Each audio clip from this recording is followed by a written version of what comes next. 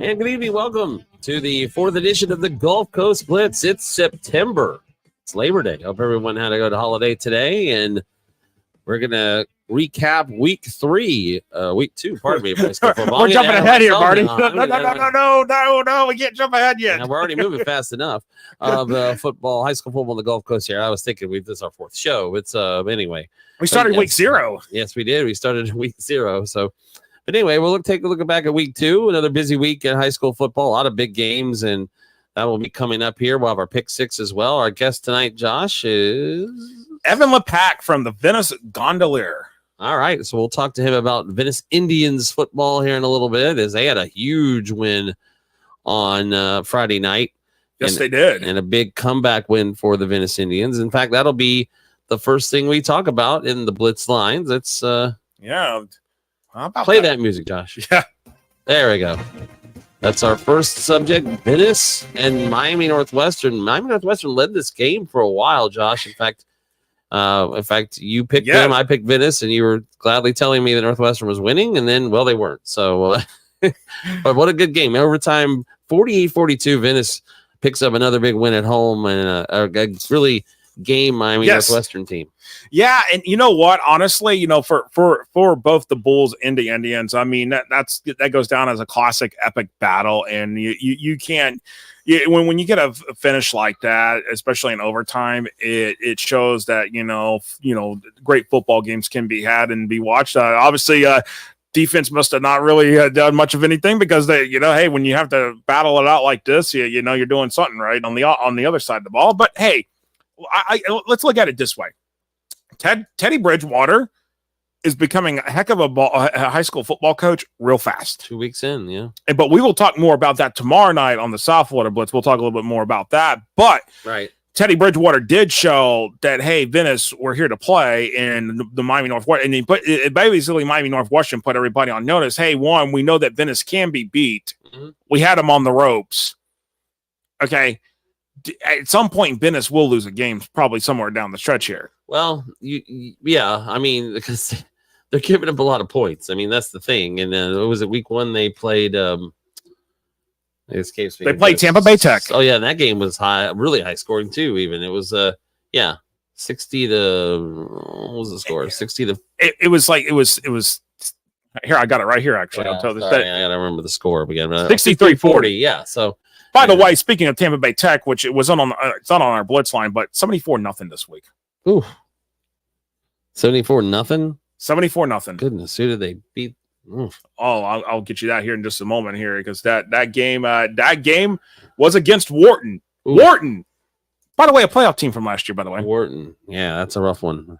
Yeah, that's like the score of the Ole Miss Furman game, 76-0 in college football the other night. But holy cow! Yeah, that is something. But yeah, Venice again, they continue to give a lot of points. They've allowed 82 points in 2 games, but they've scored 111 points in 2 games. And yes, and you know why I say Venice will lose a game? Maybe 2, potentially 3. Here you go. Yes, that's good. Here's your schedule. Bishop Road, they're going to get in battle with Bishop Road. But Bishop Road is legit. Yeah, they're going to get in battle. They'll probably win that game. And this game's going to be on our pick 6 for this week here from the Gulf Coast. They got Port Charlotte next week. I expect them to beat Port Charlotte. Port Charlotte's pretty good. We'll talk about probably with them with Evan Lepak later coming up here. Look at that next 3 weeks. But after that, Cocoa. Ooh. Okay, Lehigh. I expect that's a district game. IMG Academy. Yes, that is the National IMG Academy. Yeah. Sarasota River. You probably will probably win that game battle. But hey, Clearwater Central Catholic on. Oh yeah. That's why I'm saying there's potentially 3 losses sitting here for them. And Sarasota district game to close the season. Yeah, that's something. I mean, you're right. Venice could definitely lose 3 games there. Going to be interesting to see if they get through the next couple of weeks. If Cocoa beats IMG and Cocoa comes to Venice unbeaten, both teams are, then that game becomes huge. Yes. But, we'll see how Cocoa and IMG do this week. And that game will be, by the way, in Bradenton, and we'll have that later on as well in our picks. But speaking of Clearwater Central Catholic, Marty. Speaking of Clearwater Central Catholic, the Marauders do it again. Boy, no problem with Sebring. 43-8 over the Blue Streaks, and they are now 2-0. Yeah, and that's the Marauders. They're looking really strong here. And I'll tell you this, like I said, Marty. I mean, that's why I feel like Venice could potentially, CCC is going to be potentially an issue for Venice here later in the season. Oh, I would definitely think so. That's another game that's going to be huge for them. You're right. Venice's schedule is brutal as well. All right, Manatee and Naples looking strong. Yeah, 2-0. Both teams 2-0, and Naples up at Manatee this week. Naples and Manatee? No. Well, Manatee, they're on the road. Oh, okay. Lowndes, Georgia. Oh, that's right. They're going to Lowndes, Valdosta. Yeah, that's gonna be a tough one. That's a powerhouse program. And actually, speaking of both teams there in Valdosta High and Lowndes. They're involving teams they're involving games that from teams from Florida this week, and they're on our pick six in this show. Valdosta's on the road here in Florida. That's right. Yes, it is. So we will definitely have some interesting talk about that right there in terms of the pick six later on here. But Wiregrass Ranch pulls a squeaker off at Clearwater. They win that game at Clearwater 21-19. Yes, and Wiregrass Ranch, Mark Cantor's group is looking really good. The Bulls are looking really strong. And honestly, I have to say this with Wiregrass Ranch, they are looking like they are going to me. I feel like they probably will be the best team in Pasco County this year. I mean, it's been a long time coming. It's been kind of shifting. Zephyr Hills has kind of struggled a little bit. Zephyr Hills has been good, so don't get me wrong, but Wiregrass Ranch, I like the Bulls, what they're doing, and you beat Clearwater. You what you do is you win the games, and Clearwater's have been a playoff team the last few years. So it's not to say, that Clearwater's a weak team. No, Clearwater is a team that has been one of the better teams in Pinellas County over the last few years. So that is actually a solid quality win there for Wiregrass Ranch. Yep, Bulls beat the Tornadoes there, as you said, and a big win for Wiregrass Ranch over a good Clearwater team. And I like, hey, Largo, we see you after beating Lakewood. How about that 9-7? Yeah, 9-7. Come on. I mean, everybody had Lakewood higher. Actually, a lot of people had Lakewood higher than Largo, but that kind of changed. To borrow the NFL films, the Largo Packers. It was the Green Bay Packers. So Largo. I think of the whenever I hear NFL films, I think of that music. Yeah, right. So Largo, good start, 2-0 for them as well. So a big win over Lakewood. And we'll talk about them as well. This one, we're going sticking in Pasco. We're going to go back up to Pasco County, and honestly, Gulf Buccaneers. Hello, 2-0. I mean, I'm telling you right now, the Gulf Buccaneers, they looked really, really good Friday night. How about this for a score? I'm going to give you the score here in a moment here, Marty. And when this is where you get the 5 steps forward, Hudson going 5 steps backwards. Actually, sorry, 1-1 on the season, because they did they lost to Mitchell 41-26. Excuse me. I thought they were 2-0. My apologies. But Gulf making strides. Okay, you play a tight battle against Mitchell week 1. Hudson, you beat them 50-0. 5 steps forward. Hudson gone 5 steps backwards. Yeah, the Cobras of Hudson. Rough week for them. Gulf beats them 50-0. Ouch. So, and that's why I put the headline like that. Right. Exactly. 5 steps forward, 5 steps backwards. Right. Yeah, Gulf 50-0. Big win for them as well. Is also coming up in. I'm taking a look at our rundown too. The Zephyr Hills, how about them? They bounced back in week 2 with a victory. Yes, they do. And Zephyr Hills, I believe that's the, I'm going to pull it up here because I've got the schedules, rolling up here right here on this one here. So, yes, they did beat Wesley Chapel 29-0. And this week's obviously the game against Wiregrass Ranch. So, there you go. The big one this week. Yeah, you're right. As you said, they're 1-1, 16-13 lost to Springstead. It's a tough loss week 1, but they come back with a week 2 win. And yeah, huge game for them this week against Wiregrass Ranch. Meanwhile, tale of Hillsborough and Palm Beach County, 2 games, and they split them. It was Jesuit. This one 31-3, Marty, and Carrollwood Day lost to Cardinal Newman 42-21. So unfortunately for my picks, yes, and the Cardinal Newman won that game. Yeah, thanks. You gotta expect me to play something at some point, right?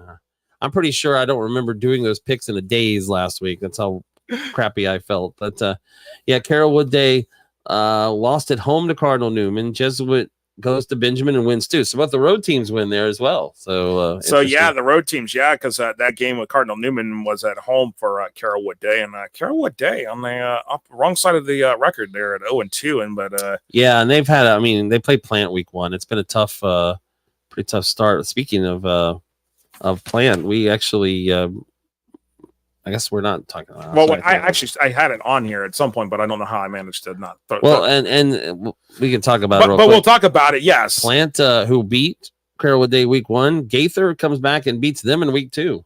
Yes, indeed, and that you're right. It's definitely when we talk about that, it really just they flipped the script. I mean, because Gaither got bounced around in week 1 by Armwood, and then of course Plant won in week 1 against Carrollwood Day. So I mean, talk about how the weeks can go here into Sunshine State. You 1 Each week you can win. Different. You're right, Marty, and honestly, we see it really like it could be Jekyll and Hyde. Yeah. Absolutely. It's early in the season too, but Gaither and Plant both 1-1 now. Meanwhile, we're back to our list here. The Battle of the Riverviews, and the winner is the Riverview of Sarasota. Yes, and no problem with the Riverview of Riverview. Yeah, absolutely. Yeah, I mean, and you know what? Honestly, Sarasota Riverview is definitely the better team of the 2 reviews that are in the Sunshine State, and then no surprise there that the Rams took the Sharks and just took them out of the woodshed. As they say, took them out to the woodshed. Took them out of the woodshed. 49-7 again. The final there. Sarasota Riverview over Riverview. Meanwhile, Bartow took a thumping week 1. They come back to get a win. I mean, after getting shut out by Clearwater, how about the Yellow Jackets? They do bounce back, and they get a 36-21 win over Gulf Coast. So the Yellow Jackets now 500 on the season. And I know it's hard to say, 500 on the season when we're only 2 games in, but there you go. It's 1-1. That's right. So good comeback after, as you said, getting shut out week 1 by Clearwater. They were blown out in that game as well. All right. Meanwhile, Lecanto 2-0. How about that? And they thump the Villages. They shut him out, just totally blank them. And Antoine Scriven, who's the new head coach there at Lecanto, definitely got the Panthers looking like they may be the best of the best in Citrus County this year. Yeah, that sounds like it. And it's a really good win to beat the Villages like that as well. And so that is the look at the Blitz lines this week for the Gulf Coast. And coming up, we'll have our guest, Evan Lepak from the Venice Gondolier, joining us here because we're going to talk about that Venice Miami Northwestern game, because honestly, that was a classic and a dandy. And but there may be some concerns about Venice and that giving up a lot of points here already. So, all right, we're going to take a water break here, Marty. All right, we'll be back after this 2-minute break.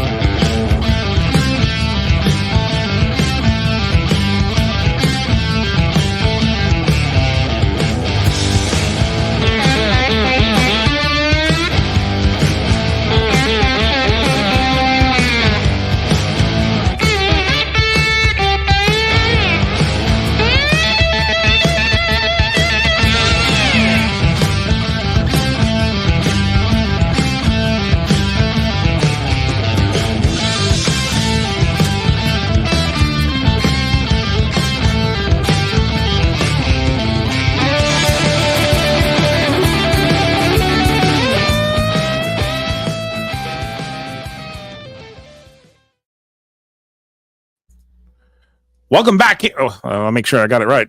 All right. Welcome back here on the Gulf Coast Blitz. You know how technology goes and how we're live. Live show. Live show, indeed. But yes, we're indeed back here on the Gulf Coast Blitz. Got Evan Lepak joining us here from the Venice Gondolier. And Evan, let me tell you something. After I saw what was going on Friday night with that game between Venice and Miami Northwestern, I'm like, well, my theory was right that the Bulls were going to come in and challenge the Indians. And let me tell you something. After seeing what happened, I'm like, well, it proved one point that I was thinking, that Venice can be beat. And I think Miami Northwestern kind of showed that. So this kind of, that's not how they kind of give us a quick synopsis of how that game unfolded. Oh, it was a wild one, huh, Josh? 48-42, obviously, Venice wins at home. It was a great crowd, first of all. There's around 3,000 people there, I would say, for both sides. Fantastic atmosphere. And they got their money's worth. That's for sure. There was 12 lead changes the entire game, so the entire game was back and forth. It was one possession the entire way. Northwestern ends up leading 42-39 after a touchdown late. Venice has with their back against the wall. They have to convert a couple fourth downs on that final drive. Sets up a 42-yard field goal as time expires. They tie it up at 42. And then Northwestern gets picked off on their overtime possession. And then Venice turns around and 3 straight rushes. Sets up a 1-yard touchdown from sophomore Dorian Irving-Jones. And 48-42 is the final. And Venice picks up a win that maybe they shouldn't have. Miami Northwestern was definitely upset leaving that because they felt like they had a win in the bag. They could have stopped them twice on fourth down, and they didn't do it, and that was the difference ultimately. So, yeah, you mentioned the crowd there, and I've never been to a game of Venice. I've heard good things. I mean, it is a pretty wild crowd, I know, and it sounds like a really big crowd for a really good, excellent high school football game last Friday night. Oh yeah, Venice shows out. They care about their Indians. I mean, when you have a team, a program as good as it's been over the years, I mean, you go to 3 straight state championship over the last 3 years, winning one of those. I mean, you're going to pack out the stands week in and week out. They average close to 2K just by themselves, not including the away team's crowd. So great band every time, every week. The band does a fantastic job, and yeah, there's a jumbotron as well, which I guess. Yes, right. My stuff. Josh has been there. Yeah, my stuff been there. A couple years ago, and when they had to reschedule their week 1 game against Cardinal Gibbons, ended up being a Saturday afternoon main team. But honestly, when looking at this with Venice, we were talking about it a little bit ago with the schedule, and I'm sitting here like, there's potentially not 1, not 2, but potentially 3 games that I feel like they may not go in Venice's favor. And it's, when we look at it, we're talking, we got Cocoa, Cocoa and IMG Academy. Those are 2 of the big ones. And you got Clearwater Central Catholic. I think those are the 3 games that I'm like questioning mark, does Venice even have a chance in those games? And I'm wondering, but how does your take after this, the way, the way this game went? Do you feel like that, that Venice they've got to clean some things up before they get to those games, or it could be a potential problem? I mean, I understand the concern for sure. Obviously on the defensive side of the ball, back-to-back weeks, they've given up over 40 points. I mean, you got to look at it this way though.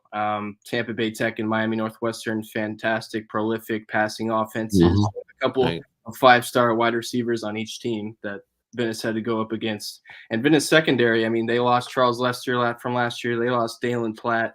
They got mostly inexperience in the secondary that they're still trying to figure it out a little bit. They have Kenai Brantley back there, the only senior, the only guy really with any in-game experience coming into the season. They throw Winston Watkins Jr., their transfer from First Baptist. That's a prolific player on special teams and offense. They throw him in defense to play DB every once in a while.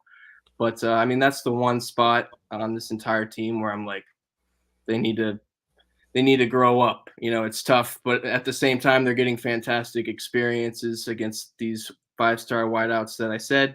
So I think they're going to continue to grow. I mean, it's only going to get tougher, as you mentioned, with teams like Cocoa and IMG and Clearwater Central Catholic, even Port Charlotte. I mean, they aren't on the same level, but going on the road to Port Charlotte against a team that's going to give them potentially a game, we'll see. But yeah, it should be fun to see how the secondary. I mean, that's the one spot where I'm like, that's the thing that needs to grow the most. You're right, and I'm looking at what with Bishop Road this week. The Indians traveling down there, and but Carter Smith, who's been one of the top quarterback prospects in the state in the Sunshine State the last couple of years. He only threw 122 yards last week in their game against Tampa Catholic. I mean, they just had to rat on Tampa Catholic. So, I guess the question there is that if you can limit Carter Smith, do you come away with that win, and maybe a win that maybe it's not so much looking like the scoreboard, like you're having to race back and forth? Because I know it has to get tiring for those guys when you're having to, stay out there on the field, and you can't get off the field to let the offense go do some stuff. When we know how that works in football. You get tired. The quicker the defense gets tired, the more you're going to have leverage on the other side of the ball. Yeah. Obviously, we've seen what Bishop Road's done the last couple of weeks. They put up some big-time points. I mean, I wouldn't be surprised if we're looking at another shootout, just like what Venice has done the last couple of weeks.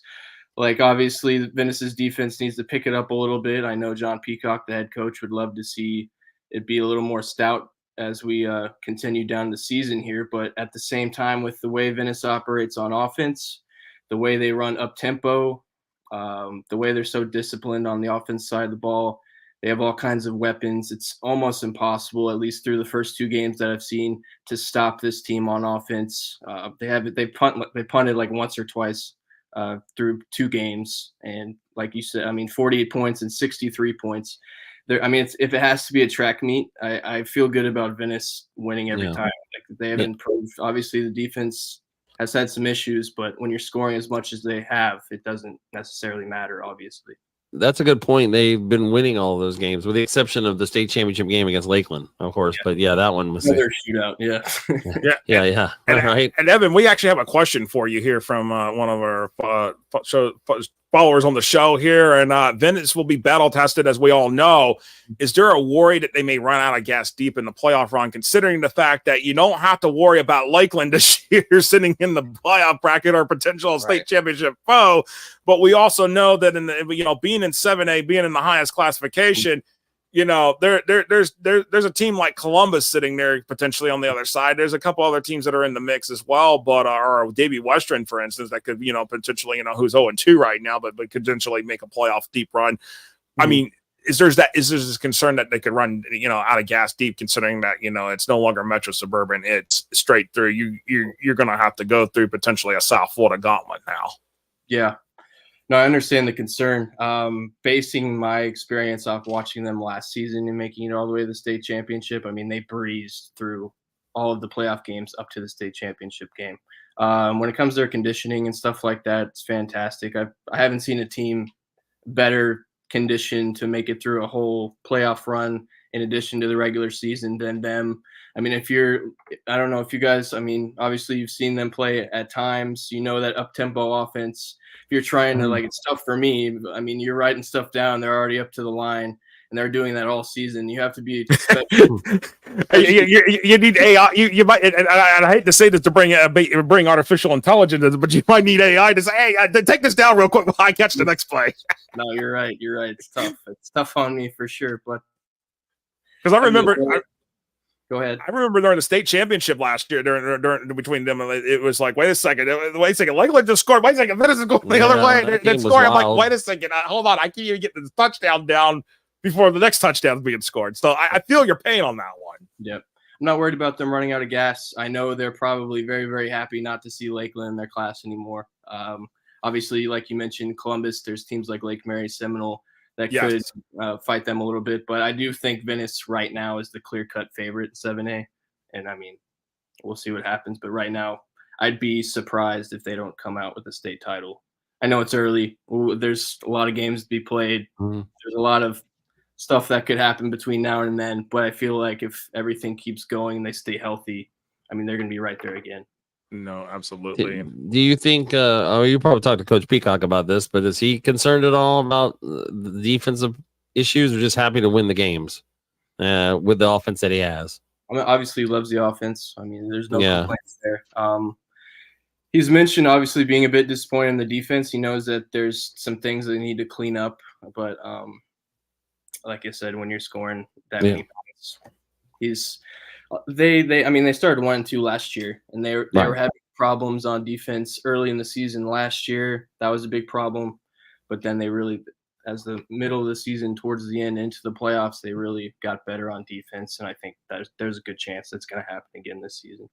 No, absolutely. And I know Venice is your primary team that you cover, but I know there's Port Charlotte right down to the south there. That is a team that, Venice will see here in the schedule. And, what is it about Port Charlotte that a lot of people are really hyping around? Because it seems like that Port Charlotte, they have been really building over the last couple of years. Jordan Ingman, the head coach there, he's, been, he's been a head coach there. I can't even keep count anymore. It's been a while. And what he's done for that program has been impressive. Yeah, it's been over a decade. Jordan, holy cow, that's what I thought. I'm sitting here like, it's got to be a decade at least. He's an impressive guy. Runs a really tight ship. Very disciplined team. All the players love playing for him. He really enjoys his job, and you can tell from when you see him on the sidelines. And as far as Port Charlotte as a team, obviously last season they're coming off a season where they went 9-3, went to the regional semis, looked really good. Played a lot of good games. Obviously, losing to Naples, it ran to a buzzsaw against Naples, as many teams do. But, they've looked fantastic through 2 games. Obviously, the competition wasn't the greatest, obviously beating Island Coast, beating North Fort Myers. But they took them to the woodshed both times. They did what they were supposed to do. Defense has been stout, led by Myron Charles, their defensive lineman, the leader on the defense, 6'5", 275, is a monster, 4-star guy. And then on the offensive side of the ball, they love to run the ball the most. That's their number one thing. Behind Ike Perry, I should say. He's combined for 350 rushing yards through 2 games, and he's just going to continue getting better and better from what I've seen. So. And I'm excited for the matchup on September 13th. It should be interesting. It's going to be a wild environment, I'm sure. Yeah, no, absolutely. And Evan, tell everybody where they can follow you at and where they can read your stories at each week. Sure. I'm on X/Twitter. I prefer to call it Twitter still. That's just thank you. It's hard calling it X. To call it X just doesn't sound right coming out of the mouth. But you can catch my handle is at Evan MP Lepak. And then all of my articles are on sunpreps.com. So sunpreps.com. So no, absolutely. Well, Evan, definitely appreciate you joining us here on the Gulf Coast Blitz. And I know, especially the way Venice is, they will be one of those teams that is definitely will be playoff bound, most likely at the end of the season. And we'll definitely talk to you more when as we get closer to the postseason time. And we'll keep an eye on what happens here this week against Bishop Road down in Fort Myers. Sounds good. I appreciate you guys. It was a pleasure being on, and hope to talk to you guys soon in the future. So, all right, thanks. Appreciate it. Yeah. All right. Wow. Good interview there. Yeah, and I think, you've had a chance to go to. I need to get to a game there sometime. Going to Powell Davis Stadium, Marty. I'll tell you what, it really is. It's a treat to watch a game there. Yeah, and with the jumbotron and everything. I mean, Cardinal Gibbons said now that game when I watched that 2 years ago, that was a flag-filled game. I mean, penalties going flying both sides. Was that an afternoon game? It was an afternoon game. It was a 1 o'clock. It was a rescheduled from week 1 because of all the weather issues and. Right. Well, and our friend Mike Rideout was there a couple years ago when Buchholz played Venice down there in the state semis, and he told me it's like going to a college state. It's very facilities are fantastic. Yeah, but in Venice, you always kind of think of Venice as maybe being hidden away a little bit, the city itself. But that's a powerhouse. It's a nice city too, by the way. That's a powerhouse in football, though, and baseball, and a lot of different programs at Venice. But that's true. So, we appreciate Evan Lepak from the Venice Gondolier joining us here on the Gulf Coast Blitz. And Marty, we got time to get our second water break in. Yes, I need a drink. I need a drink. I need to take a sip of my tea here. So good, because get ready, because coming up, we got the pick 6. You better be ready for that. Need some water for that one. Need to get hydrated. We'll take a look at last week's results and look ahead to this week's picks. Fan question of the week as well coming up here on the Gulf Coast Blitz.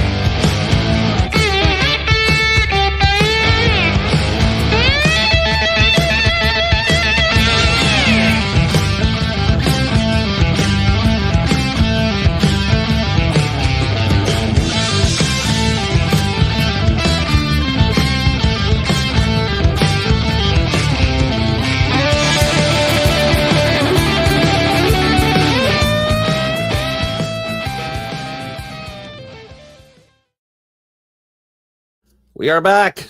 Yes, indeed, we are back, Marty. Marty back from the future, right? back to the future. Yes, that's right. Marty Pallman, Joshua Wilson back with you on the Gulf Coast Blitz. Got about another 10, 15 minutes to go. Still got a lot to get to, including the pick six. But first, let's take a look for our fan question of the week. And as usual, we Emery Smith. He's got a lot to say about Hardy. Yes, indeed. And good evening to you, Emery. Hardy. Yes, they did take a 14-0 loss to Frostproof this week. And honestly, man, Marty, how about this? The defense for Frostproof kept them out of the end zone. And honestly, I thought there were some hopes for Hardy because they were receiving votes in our poll in the FloorHSFootball.com sports media rankings. But honestly, I don't know, man. Yeah, that's a tough one. It's 14-0 too, but yeah, unfortunately, Frostproof able to shut them down a bit. And as he said, their coach was is upset with his son, who's the quarterback, which is interesting. So incompletions, overthrown passes, some key players were injured in the Fort Meade game. Yeah, probably. I'm sure they probably would have played better without the injuries, but. Yep, so we'll see if they rebound again this week against Lemon Bay. I heard Lemon Bay is down this year, 26 loss. Right down there in Inglewood. Inglewood, yes, not Jacksonville, Inglewood, but Inglewood.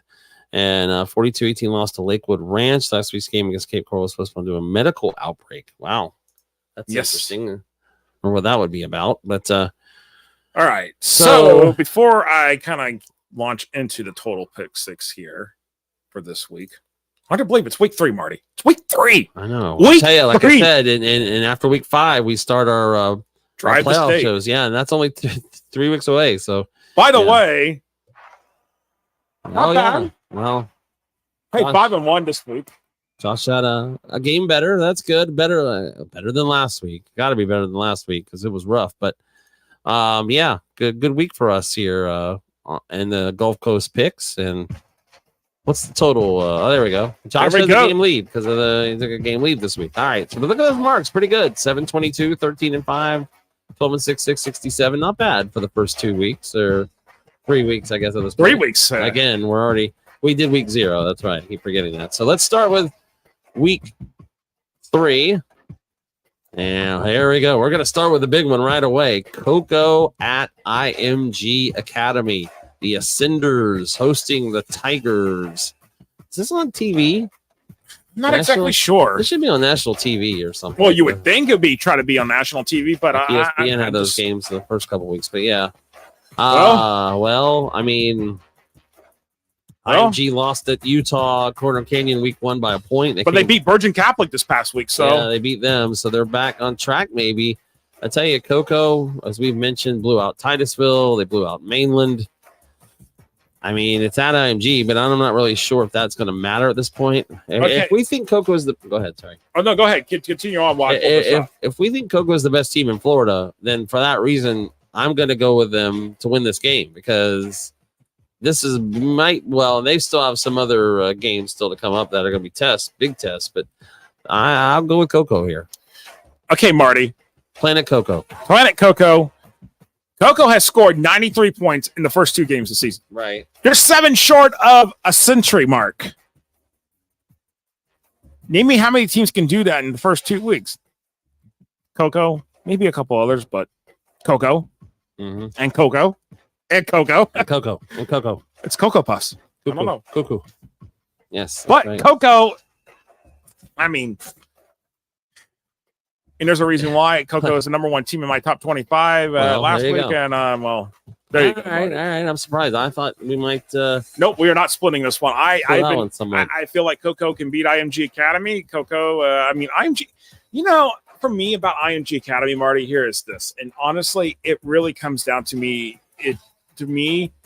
What IMG Academy started out to be, yeah, they're still great, but I don't know if IMG Academy is still they may have lost a little bit of lost start. No, don't get me wrong. They still have a lot of great athletes, but I feel like now with the way things are in the Sunshine State compared to when IMG Academy just started over a decade ago, 2013 being their first year, what IMG Academy was then and what they are now and what has happened since then in the state with open enrollment, transferring basically almost any time you please.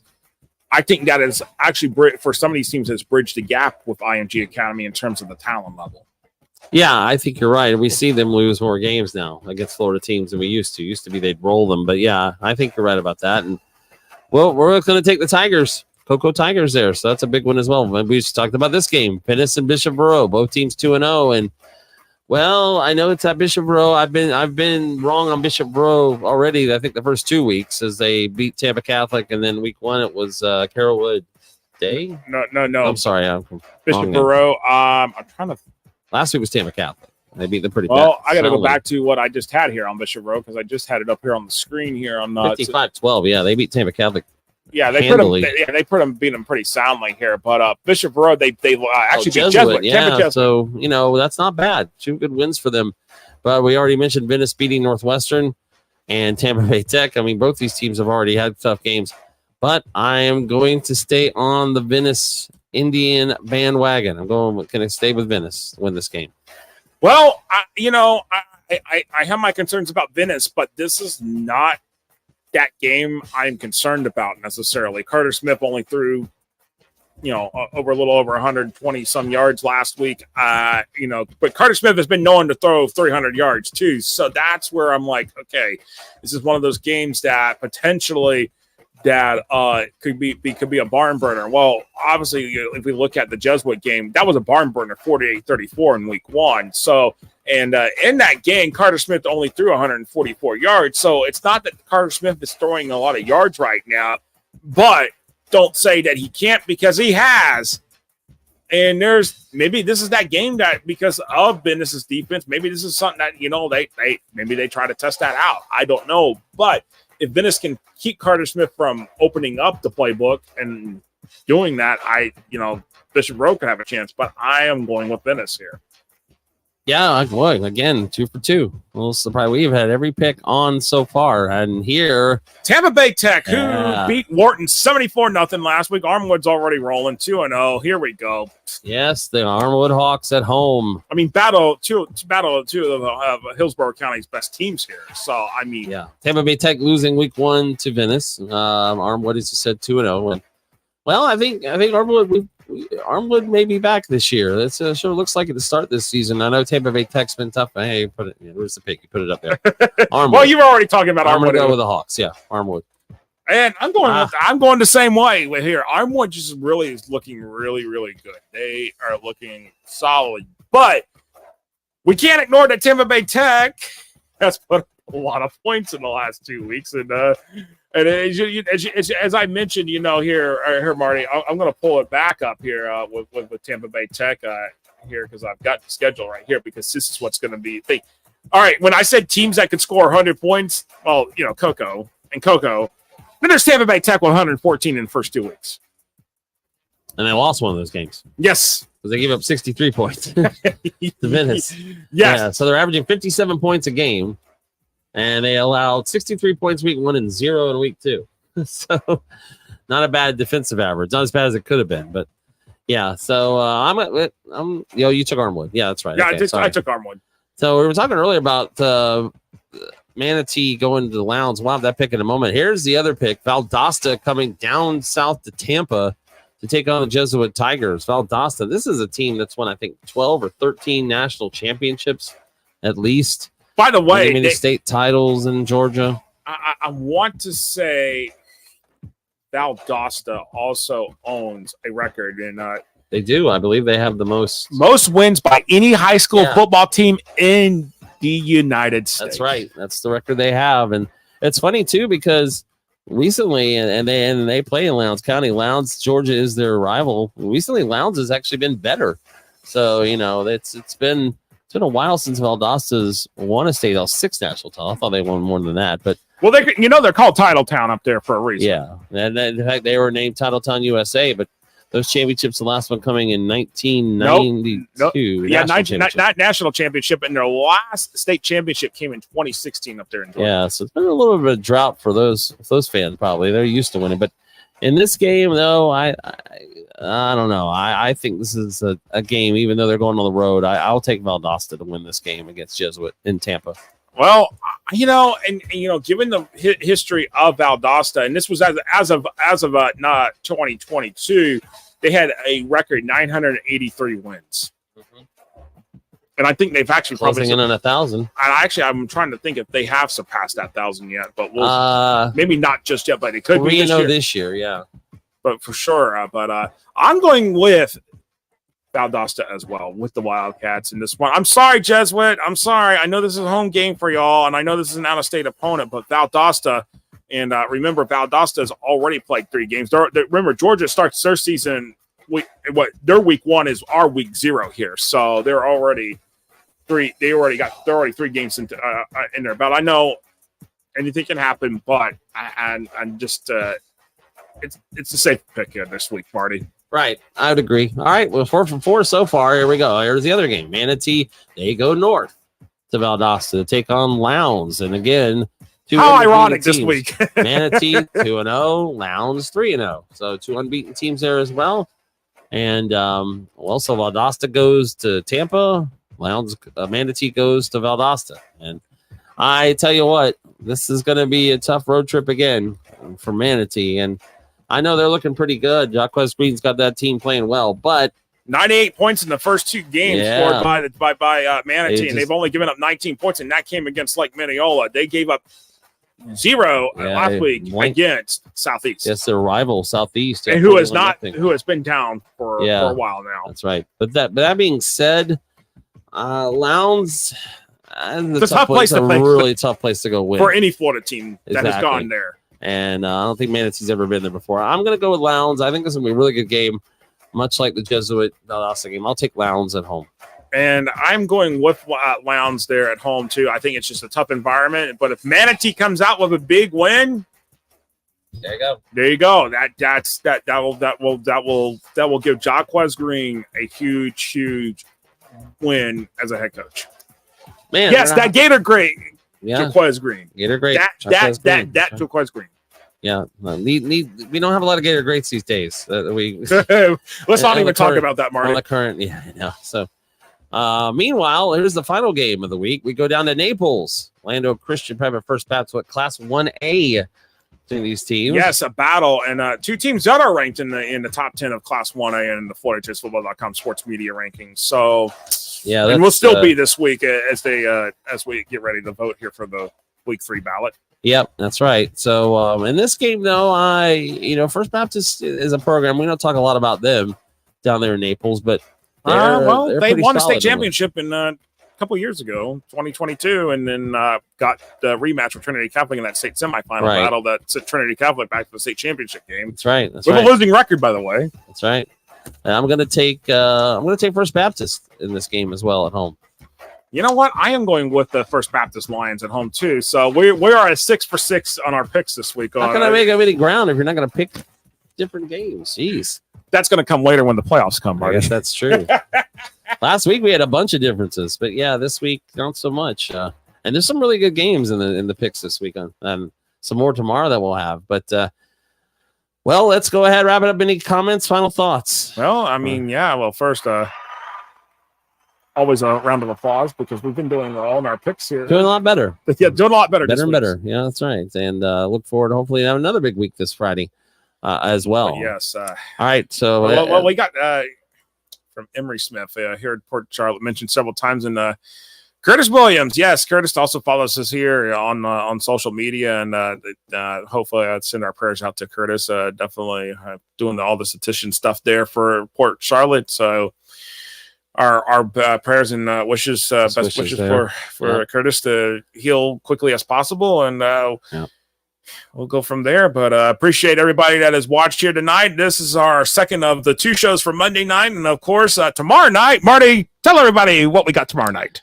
We will be back at 7:30 Eastern to 8:15 for the South Florida Blitz. Who's our guest tomorrow night, John? We have Blanche Ely head coach Terrence McFadden. They just pulled a huge upset against Chaminade. And I couldn't be more happier and stoked to be able to get Coach McFadden on. Yeah, we'll have them on tomorrow night to talk about that win against Chaminade, who's 0-2, but that'll be the South Florida Blitz. Oh, yeah, that's the South Florida Blitz subject. And then the North Florida Blitz again, 8:30 to 9:15, and we will have on the North Florida Blitz. we are going to have on the North Florida Blitz Andre Ellis from Duval Sports. Oh, Andre. Our good friend. Like Andre C. Fernandez, who we had on last week in South Florida. We have Andre Ellis, another Andre. And by the way, I can already give you a little preview of North Florida tomorrow night. The picks? My picks. For you. My picks, but for you, Marty. Yeah, thanks. Appreciate it. Yeah. Hey, it's 1 week. What are you going to do?